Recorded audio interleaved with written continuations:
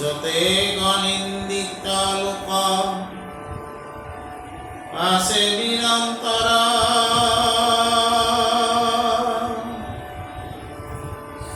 তাহার নিন্দিত হরি বিমুখ পামর এরা বিদুর বসনে লয় ইহার প্রমাণ ভুলিলা বিদুরে মাত্র ইহর বিদ্য মান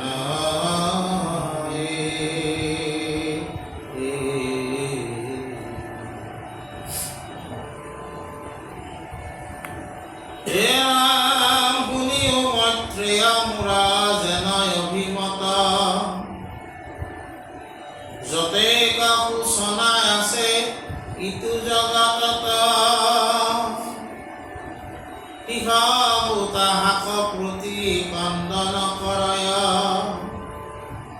নজানিয়া কৃষ্ণ কথা যিজনে মুখ নয়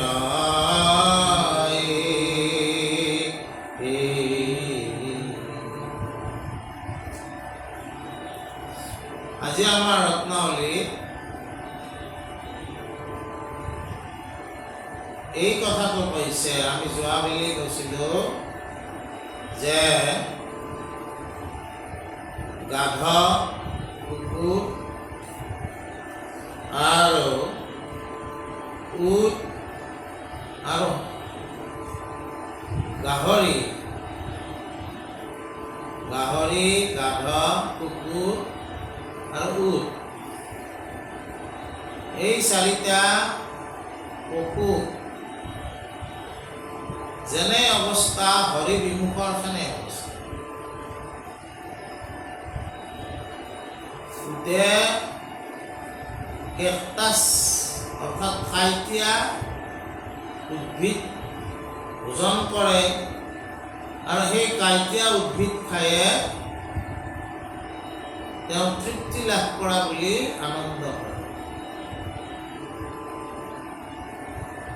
গাধই বোজা বাই, যিমানে বোজা বেছি হয় গাধই সিমানে আনন্দ। কুকুৰে লেইছেই কৰে কুকুৰক, লেইছেই কৰাটোৱে কুকুৰৰ আনন্দ। আৰু গাহৰিয়ে পৰৰ বিষ্ঠা খাব লাগে, সি পৰম তৃপ্তিৰে বিষ্ঠাকে ভোগ কৰে।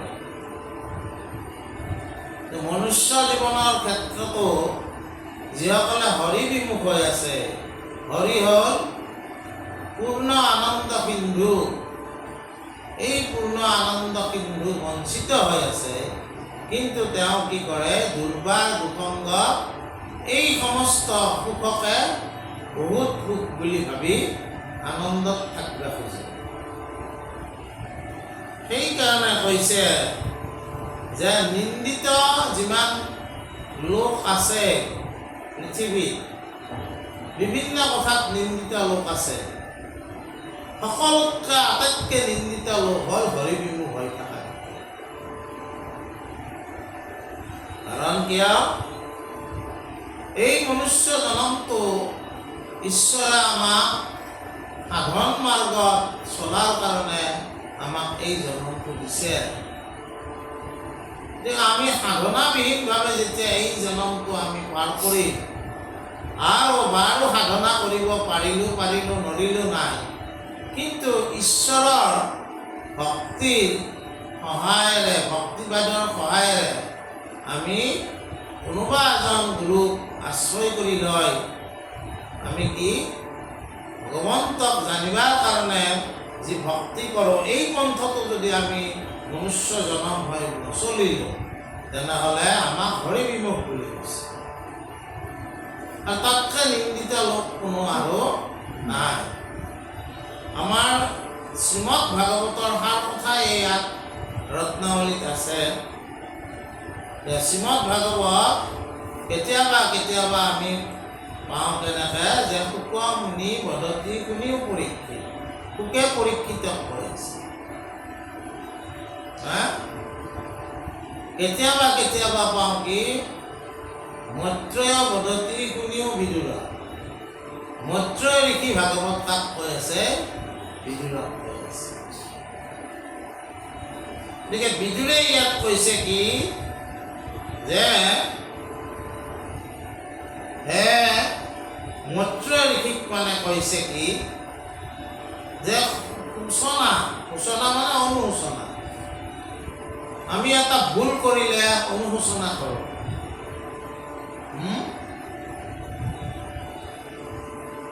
আৰু কোনোবাই যেনেকৈ ভুল কৰিলে অনুশোচনা নকৰে, নকৰাটো তেওঁ আনন্দ বুলি ভাবে। কিন্তু সৎ লোকসকলে সদায় ভুল কৰিলে বা দুখ কৰিলে কি কৰে, অনুশোচনা কৰে, এইটো মই কৰিব নালাগিছিল।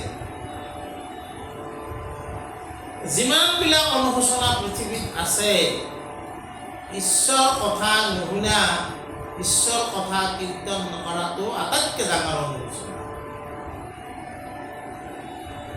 বিদুৰে মৈত্ৰেয়ক সেইটো কথা কৈছে, আৰু মৈত্ৰেয়ৰ পৰাই ঈশ্বৰ কথা বিদুৰে কি হৈছে শুনি আছে। আৰু এইসকল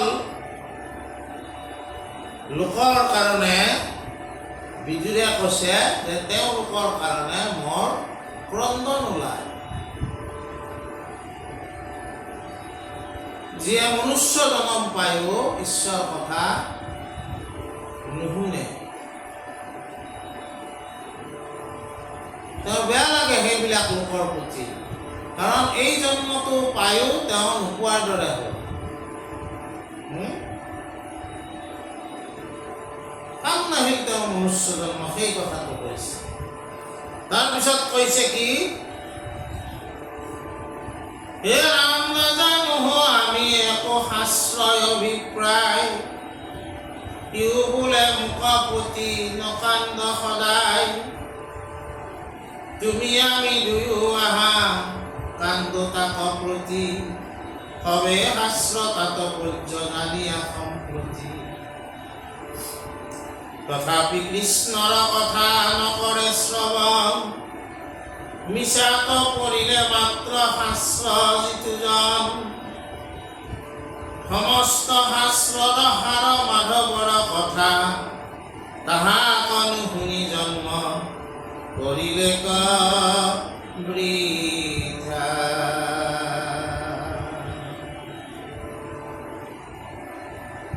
অনেক জন্মৰ দুৰ্বাসনা আছে তাৰ, তাতে কৰিলে কালে আয়ুৰ সংহাৰ, বাক্য মন শৰীৰৰ ব্যাপাৰ সকল, হৰি কথা বিনে আৰু সকলে বিফল।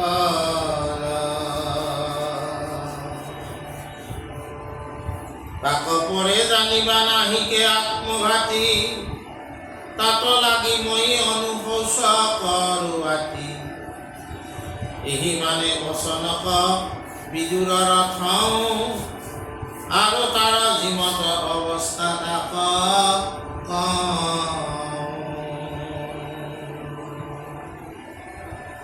কিছুমানৰ দুৰ্ভাগ্য এই জন্ম ন, এই জন্মটো পায়ো ঈশ্বৰ কথা নুশুনা। আমাৰ মাধৱদেৱে কি কৈছে যে দিন ভাল আৰু বেয়া কেনেকৈ আমি নিৰ্ণয় কৰিম? আমি কেতিয়াবা কেতিয়াবা দিন ভাল বেয়া চোৱাৰ কাৰণে আমি জ্যোতিষীৰ ওচৰ চাপোঁ, জ্যোতিষীয়ে চায়, কিছুমান বিধান আমাক কয় যে তোমাৰ টিপা দৃষ্ট চলি আছে, তোমাৰ মংগলৰ দশাটো বেয়া হৈ আছে। তেওঁলোকে কিছুমান বিধানৰ কথা কয়, কিন্তু আমাৰ যিসকলে ভক্তিবেদত বিশ্বাসী, আমাৰ দিনটো চোৱাৰ কাৰণে মাধৱদেৱে এটা উপায় দি গৈছে। ক'ত আছে উপায়টো? নামঘোষাত আছে।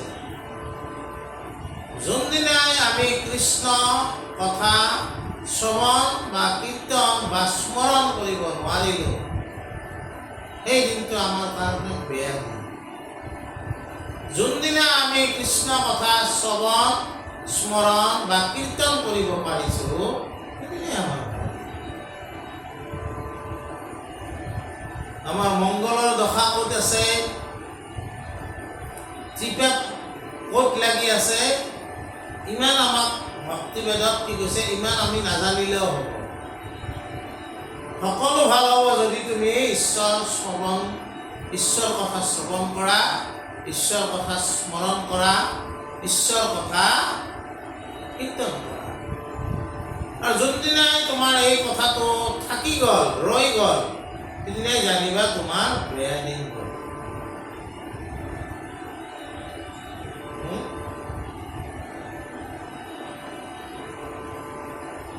जो हरि स्मरंतो सदा,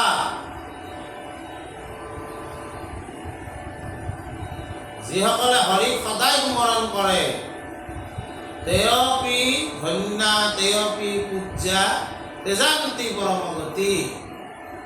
তেওঁলোকে ধন্য, তেওঁলোকে পূজ্য, আৰু তেওঁলোকে হ'ল কি পায়? পৰম গতি পায়। যে আমি শংকৰদেৱ মাধৱদেৱ দুজনাগুৰুই আমাক যি ভক্তি বাদ দি গৈছিল, এই ভক্তিবাদৰ যদি আমি অন্তৰ্গত বুলি নিজে ভাবোঁ, তেনেহ'লে আমি সদায় ঈশ্বৰক স্মৰণ কৰিব লাগিব, সদায় ঈশ্বৰৰ কথা আমি শুনিব লাগিব, সদায় ঈশ্বৰ কথা আমি কীৰ্তন কৰিব লাগিব। যিখিনি পাওঁ প্ৰশ্ন আহিব যে আমি কাম কেতিয়া কৰিম, কাম অনবৰতে কাম কৰি থাকা।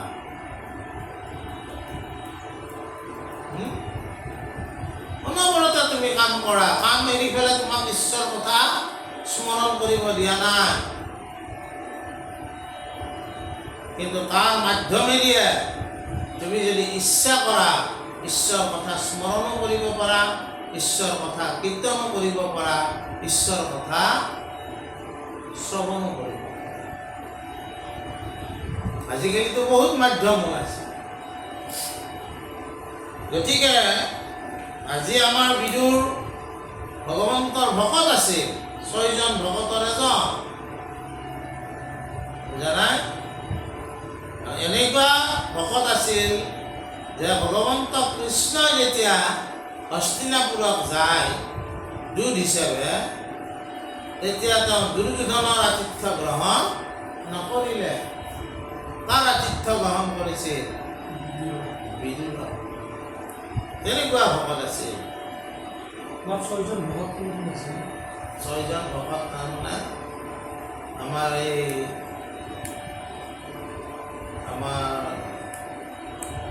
এজন হ'ল এনেকুৱা, আমাৰ এইটো বিদুৰ হ'ল এইটো দ্বাপৰ যুগৰ, আৰু এটা যুগত হ'ল হনুমন্ত আৰু জাম্বৱন্ত। বিবেচনা হনুমান, জাম্বৱন্ত আৰু ৰামৰ 3জন, বিভীষণ। বুজি পাইছা না? ঠিক তেনেকৈ আমাৰ ভগৱন্তৰ গৰু, বিদুৰ আৰু মৎস্য, এনেকৈ ভকতকেইজনক বিশেষ আছিল ভকত বুলি ধৰা হয়। তেওঁলোকে ঈশ্বৰ কথাৰ বাহিৰে বেলেগ কথাত তাকো গতি নাছিল, বুজা নাই? গতিকে এতিয়া কথাটো হ'ল কেনেকুৱা যে যিসকলে এই ভগৱন্তৰ কথা এই জন্মত তেওঁলোকে স্মৰণ নকৰিলে, কীৰ্তন নকৰিলে, স্মৰণ নকৰিলে, বিদুৰে কৈছে যে তেওঁলোকৰ প্ৰতি মোৰ অনুশোচনা। ইমান ধুনীয়া এটা জন্ম পাই তেওঁলোকে ঈশ্বৰ কথা নুশুনিলে, ঈশ্বৰ কথা কীৰ্তন নকৰিলে, ঈশ্বৰ কথা স্মৰণ নকৰিলে। এই জনমটো তেওঁলোকৰ এনেই গ'ল। কি কাৰণত?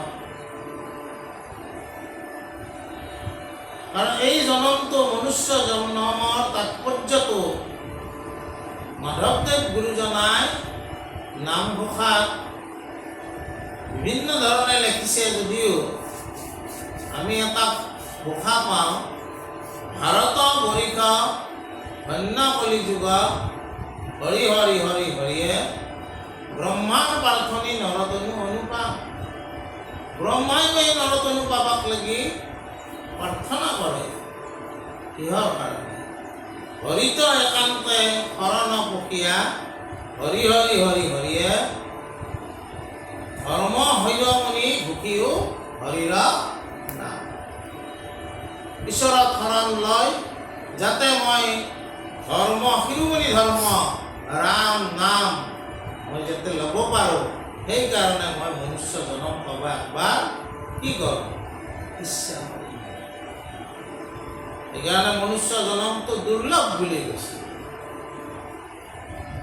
বুজা? এই জনমটো পায়ো যিসকলে এই যিটো মনুষ্য জীৱন এনে যদি খেদালা, তেতিয়াহ'লে কি হ'ল? তাৰমানে আত্মঘাত কৰাৰ দৰে। জনমটো পালা কিন্তু আত্মঘাত কৰিলে, কাম নাই। আৰু এই আত্মঘাতীসকলৰ কাৰণে বিদুৰে অনুশোচনা কৰিছে। কথাটো জানা তাৰপিছত কি কৈছে হে ৰাম কেৱলে ব্যৰ্থহে আয়ু হৈলা সমাপতি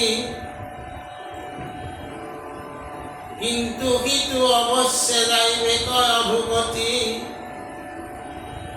লয়ো কয় ইহাৰ সাক্ষী ব্ৰহ্মাৰ বাক্য কহন্ত ব্ৰহ্মায়ে দেৱ খবৰ আগত সৃষ্টি আদি কৰি মাধৱৰ লীলা যত তাৰ বহিৰ্ভূত অন্য কুকথা সমস্ত সিটো কুকথাক কৰে যিজনে শ্ৰৱণ কদাচিতো বৈকুণ্ঠক নযায় সিটো জন মহিলা মহাভাগ্য সিটো হীন সমুদায় পূৰ্ব পুণ্যবানে নষ্ট কৰে কুকথাই তাৰ মানে কৈছে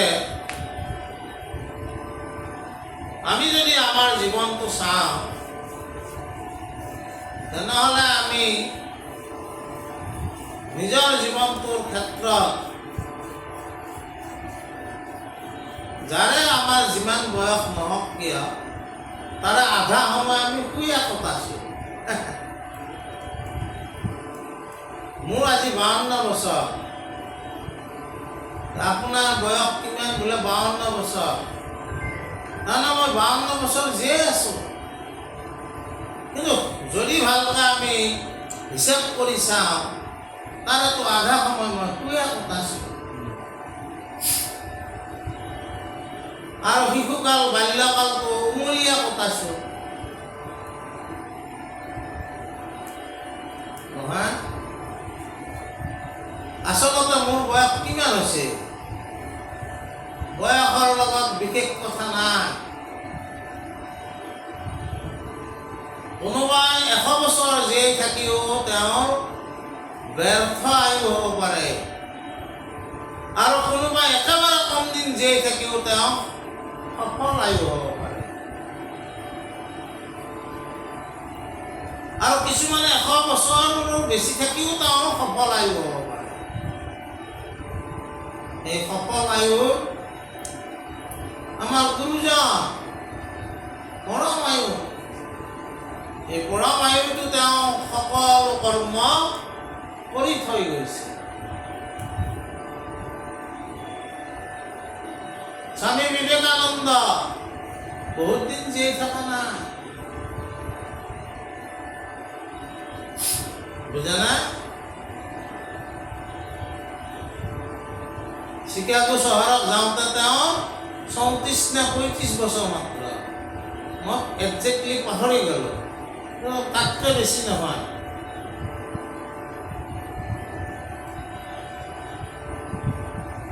শংকৰাচাৰ্যৰ মাত্ৰ 32 বছৰ আদিগুৰু শংকৰাচাৰ্য কিন্তু সেই 32 বছৰ জীয়াই থাকে তেওঁ প্ৰত্যেকটো সময়ে তেওঁ কি হ'ল সফল হ'ল মনুষ্য জীৱন স্বামী বিবেকানন্দ 50% নকৰিলে তথাপিও তেওঁৰ জীৱন কি হ'ল সফল হ'ল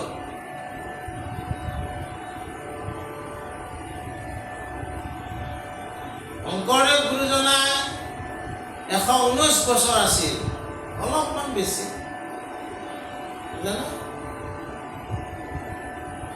তেওঁ সফল তাৰায়ো তেওঁ কি কৰি গৈছে এই জগতত এজন মানে ইউনিক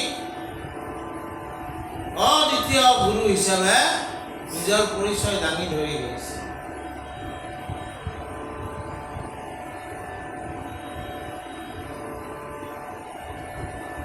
আৰু আমি কি কৰিছোঁ আমাৰ জীৱনৰ যিখিনি সময় বেছিভাগ শুই কটাইছোঁ আৰু যিখিনি সাৰ পাই আছোঁ সকলো সময়খিনিয়ে বস্তুবাদী চিন্তাত কাট কৰিছোঁ ঈশ্বৰ চিন্তাত অলপো আমি সময় দিব ইচ্ছা কৰা নাই যেনেকৈ মনুষ্য জীৱন নহ'ব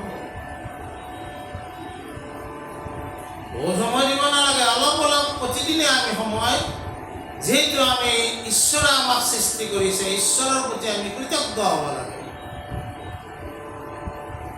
তেওঁক আমি একবাৰ স্মৰণ কৰিব লাগে।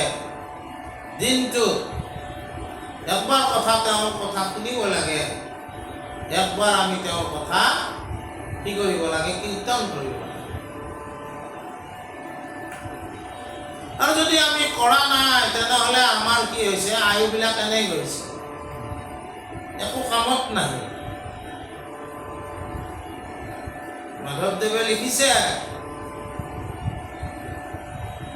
ৰাম পৰম ধন চিন্ত সুমনভা, তনু চিন্তামণি বিফল হৈ যায়।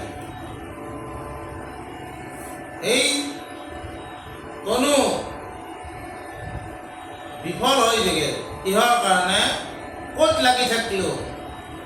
বিষয়ক সুখ সুকৰি সংগে পায়, হৰিপদ সেৱা মানৱী বিনে না। একমাত্ৰ মনুষ্য জীৱনেহে হৰি সেৱা কৰিব পাৰে। এই জীৱনটো পায়ো তুমি নকৰিলা। যোনথা ঐচন জনম গুৱাই, বিষয় কাচক মূলে মানিক বিকায়। মিছা কামনা বাসনা এইবিলাকতে লাগি থাকোঁতে গুচি গ'ল। এই জন্মটো কি আছিল? আমি এনেকুৱা কৰিব লাগিছিল কৰ্ম যাৰ দ্বাৰা আমি মানিক লাভ কৰিব লাগে। মানিক কাৰ লগত তুলনা কৰিছে? ঈশ্বৰৰ নামৰ। কিন্তু আমি কি কৰিলো? কাজ বুটলি থাকোঁতে গেল। গোটেই জীৱনটো কাজ বুটলা থাকোঁতে বিষয় কাছৰ লগত তুলনা কৰিছে আৰু ঈশ্বৰৰ নামক মানিকৰ লগত তুলনা কৰিছে। তুমি আচলতে এই জীৱনত মানিক ল'ব লাগিছিল, তুমি কিন্তু কি কৰিলা? কাছ বুটলি থাকিলা। হি পৰম তত্ত্ব বেদক বাণী, বেদে এই পৰম তত্ত্বৰ কথাই কৈছে। কহত মূৰ্খ মতি মাধৱে যায়।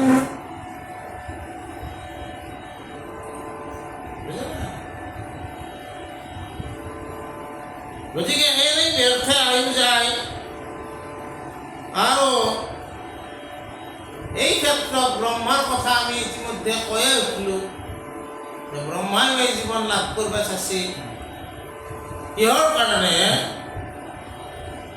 যে ভগৱন্তৰ যিবিলাক গুণানু চৰিত্ৰ লীলা কথা আছে, এই লীলা কথাবোৰ শ্ৰৱণ কীৰ্তন কৰিলে তোমাৰ বৈকুণ্ঠ প্ৰাপ্তি হয়। ঈশ্বৰৰ লগত তুমি যিটো মুক্তি তোমাক লাগে সেই মুক্তিয়ে তুমি লাভ কৰিব পাৰা। তাকে নকৰি আমি কি কৰিলো?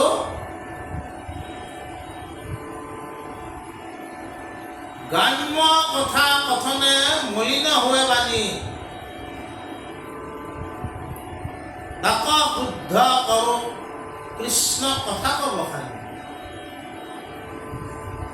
গ্ৰাম্য কথা আৰু কৃষ্ণ কথা, য'ত কৃষ্ণ কথা নাই সেয়ে গ্ৰাম্য কথা। আমি দিনৰ দিনটো গ্ৰাম্য কথাতে ব্যস্ত থাকো, বুজা না? কিন্তু তাৰে ভিতৰতে অকণমান সময় কৃষ্ণ কথা কোৱাচোন। আৰু ব্ৰহ্মাই কি কৰিছে? যে এই লীলা কথা, ভগৱন্তৰ যিবিলাক লীলা কথা আছে, এই লীলা কথাবিলাক কোনোবাই যদি শুনে, কোনোবাই যদি কীৰ্তন কৰে, কোনোবাই যদি স্মৰণ কৰে, তেওঁৰ কি হয়? বৈকুণ্ঠ প্ৰাপ্তি হয়।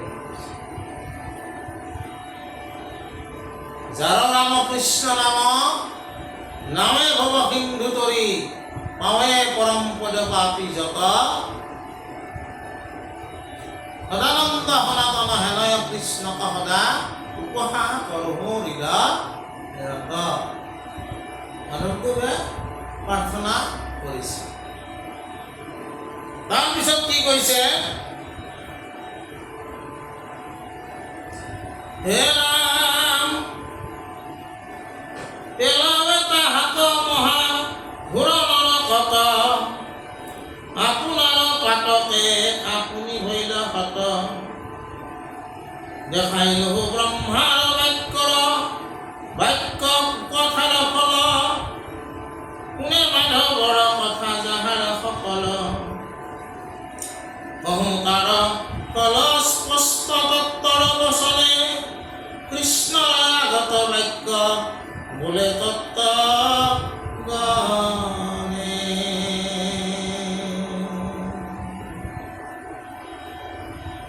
মহাপুৰুষ শংকৰদেৱ গুৰুজনাই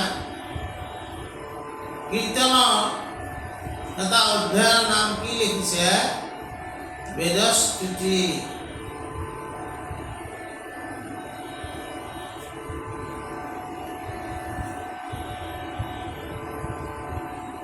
বেদস্তুতিতে এই তত্ত্ব কথাবিলাক গোটাই সন্নিৱিষ্ট হৈ আছে। কৃষ্ণ তত্ত্বই হ'ল মূল তত্ত্ব। এই বিশ্ব ব্ৰহ্মাণ্ড এই কৃষ্ণ তত্ত্বক আধাৰ কৰিয়ে বাকী ২৪ তত্ত্ব।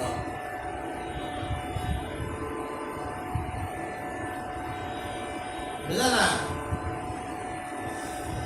এই ২৪ তত্ত্ব যি আছে পঞ্চভূত, পঞ্চ জ্ঞানেন্দ্ৰিয়, পঞ্চ কৰ্মেন্দ্ৰিয়, পঞ্চ তন্মাত্ৰ, মন, বুদ্ধি, মহ, অহংকাৰ।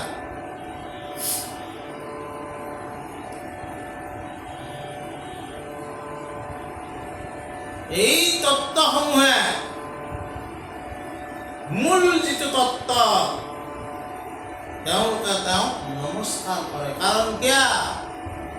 মূল তত্ত্বলৈ যদি তেওঁলোকক নাবাচায় তেওঁলোক কি হ'ব? তত্ত্ব হিচাপে নাথাকিবই। আৰু মহাপুৰুষ শংকৰদেৱে বেদস্তুতিত আমি কেতিয়াবা যদি ঈশ্বৰে আমাক সুবিধা দিয়ে আমি বেদস্তুতিৰ কথা আলোচনা কৰিলে কিছু কথা আমাৰ খোলোচা হ'ব। তথাপিও মই শেষৰখিনি অলপমান পঢ়ি দিছোঁ। বেদস্তুতি শেষৰ ঘোষাটো সনক সনন্দ মুনি যোগ জ্ঞান বিচাৰিয়া উদ্ধাৰিলা তাৰ তত্ত্ব ৪ বেদ অষ্টাদশ পুৰাণ যতেক শাস্ত্ৰ পৰম বেদান্ত ভাগৱত। যিমান শাস্ত্ৰ আছে এই শাস্ত্ৰসমূহে পৰম তত্ত্ব বুলি কাক কৈছে? ভগৱন্তকে কৈছে। বেদৰ বুকুত বিত্তনাৰায়ণ, চাৰিও বেদৰ ৪ অক্ষৰ সাৰকাৰী ব্যাকত কৰে নাৰায়ণ নাম। নাম তত্ত্বই মূল তত্ত্ব।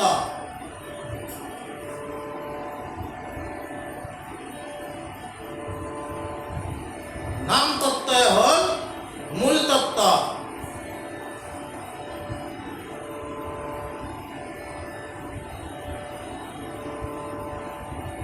আৰু তাৰপিছত কি কৈছে? এই তত্ত্ব নাম তত্ত্ব আমি কি কৰিব লাগিব?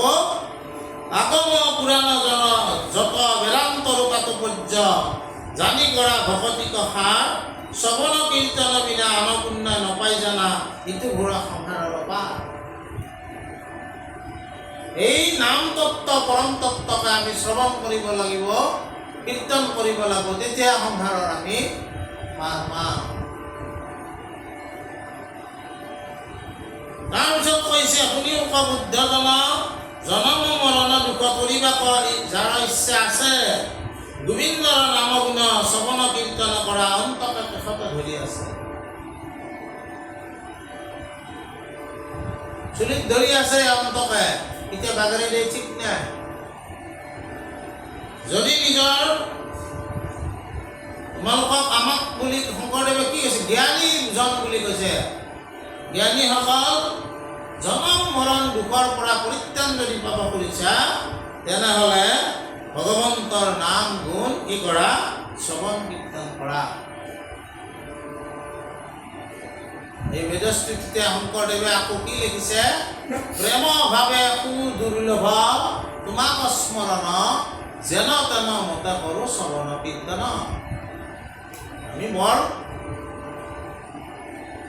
শুদ্ধভাৱেও আমাৰ তোমাক আমি স্মৰণ কৰিব নোৱাৰোঁ, শ্ৰৱণ কৰিব নোৱাৰোঁ, কীৰ্তন কৰিব নোৱাৰোঁ। তুমি লিখিছে এইগিলা মাধৱদেৱ শংকৰদেৱে।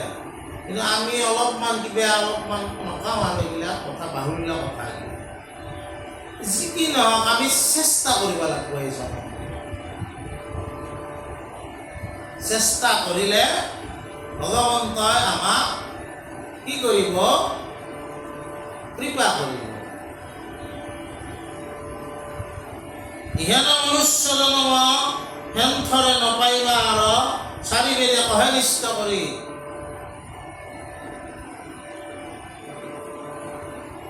এনেই মনুষ্য জনম আৰু পাবি নে নাপাবি তাততো ঠিক নাই। মাধৱৰ চৰণৰ কিংকৰে শংকৰে কহে সদা ডাকি বোলা হৰি হ'ল।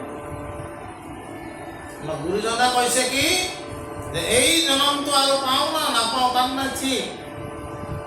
পাইছোঁ যেতিয়া এই জনমত ঈশ্বৰৰ কথা আমি কি কৰিব লাগে?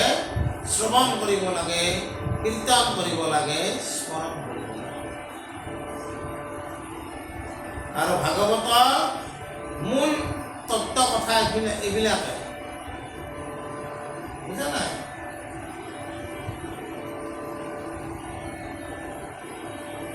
লীলা ৰসজ্ঞ শুকমুনি এই কথাবিলাককে তাক কৈছিল। লীলা কৰোতা হ'ল ভগৱান কৃষ্ণ, লীলা ৰসজ্ঞ হ'ল শুকমুনি। এই ভগৱান কৃষ্ণৰ লীলাবিলাকত তেওঁ ৰস পাইছিল আৰু সেই ৰসে কাক পান কৰাইছিল? পৰীক্ষিত। সেই ৰস পান কৰিয়ে কি হ'ল? তেওঁ এই অমৃত ৰস, কৃষ্ণামৃত ৰস পান কৰি তেওঁ মুকুতি লাভ কৰিলে। গতিকে আমিও যদি এই জনমটো আমি সফল কৰিব খুজিছোঁ, তেতিয়া আমি ভগৱন্তৰ গুণ নাম আমি শ্ৰৱণ কীৰ্তন কৰিব লাগে, স্মৰণ কৰিব লাগে, সদা সৰ্বদা কৰিব লাগে। কিছুমানে ভুল বুজে, তাৰমানে কি আমি কাম বন নকৰোঁ। কাম কৰিবই লাগিব, কাম নকৰিলে কেনেকৈ খাবি? যিটো মুহূৰ্ততে আমি ঈশ্বৰৰ নাম ল'ব সুবিধা পাওঁ সেইটোতে ল'ব লাগে। যিটো মুহূৰ্ততে আমি ঈশ্বৰৰ নাম কীৰ্তন কৰিব লাগে সুবিধা পাওঁ সেইটো মুহূৰ্তত কৰিব লাগে। যিটো মুহূৰ্ততে ঈশ্বৰৰ নাম আমি স্মৰণ কৰিব সুবিধা পাওঁ সেইটো মুহূৰ্তত কৰিব লাগে। ঈশ্বৰৰ নাম লোৱাৰ কাৰণেতো বিশেষ মুহূৰ্ত নালাগে। নাহি কাল দেশ পাত্ৰ নিয়ম সংযম একবিধি।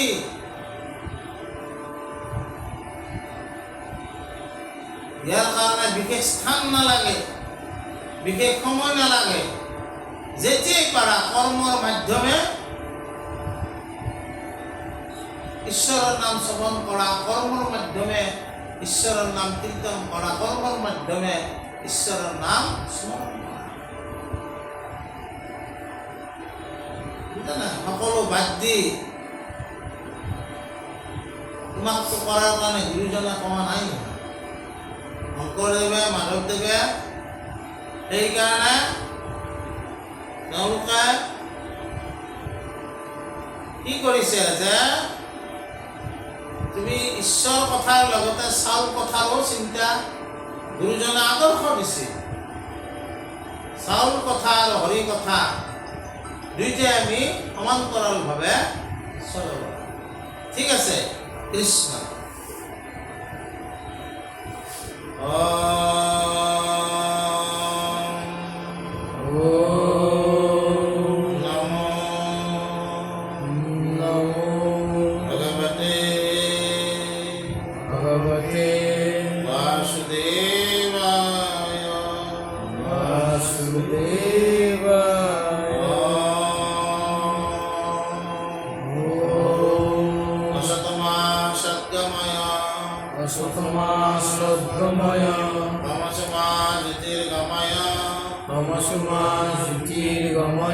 Mriturma amritam gamaya.